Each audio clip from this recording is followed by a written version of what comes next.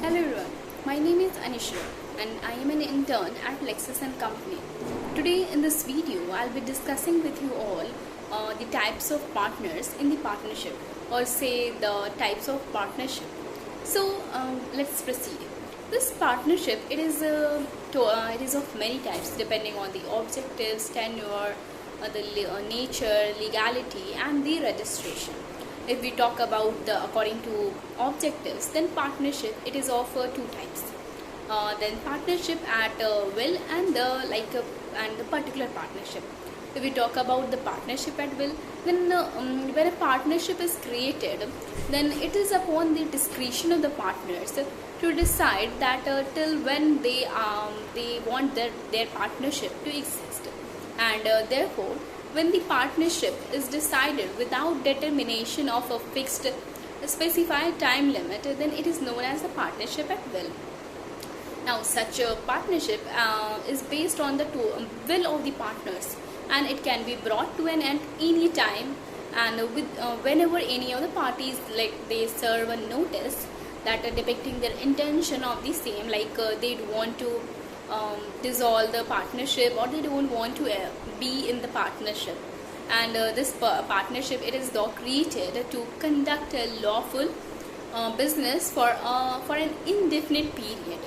And furthermore, we can understand that this partnership at will, it is when the dissolution of the partnership is not pre-decided, and it is taken into consideration when the need arises. Then then in such situation, partnership at will is actually made, and it is upon the partners to decide among themselves about the requisite time period for the partnership. Now we further move on towards the particular partnership. So the particular partnership, the main objective behind making this kind of partnership is to carry out a specific undertaking. Such a partnership is created between the partners for a project of a temporary contract based work or a specific business only. This is known as particular partnership. So in a particular partnership, once the objective of the business is achieved, then this partnership, it gets dissolved at that time only. And in simple words, we can understand that this partnership is formed for undertaking the particular venture, for single venture, and it comes into end after this the venture is completed, and that it automatically comes to an end after the completion of that particular task involved in that venture. Now still the partners, they have the choice to continue the partnership by coming to another agreement. Then they can make they can continue the partnership that was just made for a single venture, but they can proceed and they can further extend this partnership for another more time. Now if we move on towards another type of partnership, the partnership that depends upon the tenure. The first one is the partnership that is made for the fixed term, that is the fixed partnership. In this type of partnership, the partnership is made for a fixed period, say 5 years, 2 years, or a specific duration of time. This partnership, it automatically comes to an after this expiration of the said period, the period for which this partnership was actually made. And now if we move towards the flexible partnership, it is such that in this partnership there is no fixed duration, and for any nor any particular venture is decided. So it is when the partners, they wish to dissolve the partnership or the partnership firm, then they can do so, and they do that, and that is totally permissible.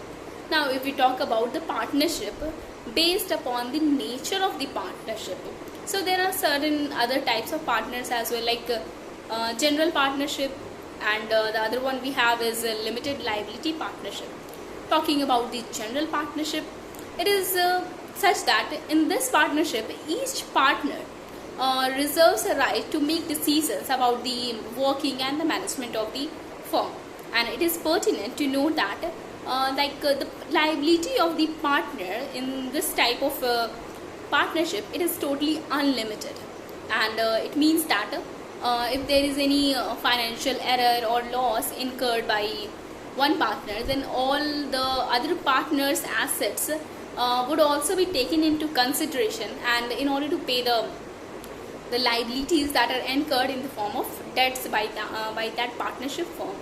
And as so it is in this type of general partnership, if there is an absence of any agreement, then the provisions in the Indian Partnership Act 1932, they are applicable for the general partnership only, wherein the liability of each partner is limited. Now if we talk about the limited liability partnership, it is totally different from the general partnership. Unlike general partnership, limited liability partnership is a corporate form of business organization. In this type of partnership, the liabilities are limited to each partner in accordance with the contribution made by each of them in the business. And furthermore, the partnership, the personal properties or the assets of the partner, they cannot be attached while or to pay back the liability of the firm in case of any debt that is arised in that partnership firm. And it is also important to note that this organization is not governed under Partnership Act 1932, but it is governed under Limited Liability Partnership Act 2008. And if a limited liability partnership in this, some or all except one partner has the limited liability in accordance with the extent of capital contributed by them. So it is pertinent to note here that in this partnership, all the partners cannot have the limited liability, and it can also be the situation, And now if we talk about according to the legality, then we also have two types of partnership. So the first one is legal partnership and the second one is illegal partnership. So as the name suggests, when the partnership is formed in accordance with the provisions of Indian Contract Act 1872 and the Partnership Act 1932, then it will be termed as legal partnership. Now if we talk about the illegal partnership, what is illegal partnership? So illegal partnership is such kind of partnership where the partnership becomes illegal when it violates the provisions of any law that is contrary to the lex loci, or when the requisite number of the partners they exceeds beyond the time limit or beyond the time limit, like that. In such situations, then such partnership will be considered to be as illegal partnership. Now on the basis of registration, I would like to say that there are two kinds of partnership, and that if the registration of a firm is not mandatory under Partnership Act 1932, then both registered firm and the unregistered firm, they are also valid in the eyes of law. But now what is unregistered firm and the registered partnership firm? So now this unregistered partnership firm, it is established when there is execution of the agreement between the partners, and the partnership firm which is unregistered, it allows the partners to carry out the business activities as provided in the agreement. And now if we talk about the registered partnership, then this registered partnership, in order to register a partnership, it must be registered with the register of the firm, that is and having the requisite jurisdiction over the place where the firm is carrying out its business activities. And the application of the registration, it involves the payment of the registration fee to the register of firm, and which varies from state to state as per its notification, and that is also given as per the state laws. And in this partnership, registration of a firm is preferred due to benefits it offers, such as filing of a suit in the court.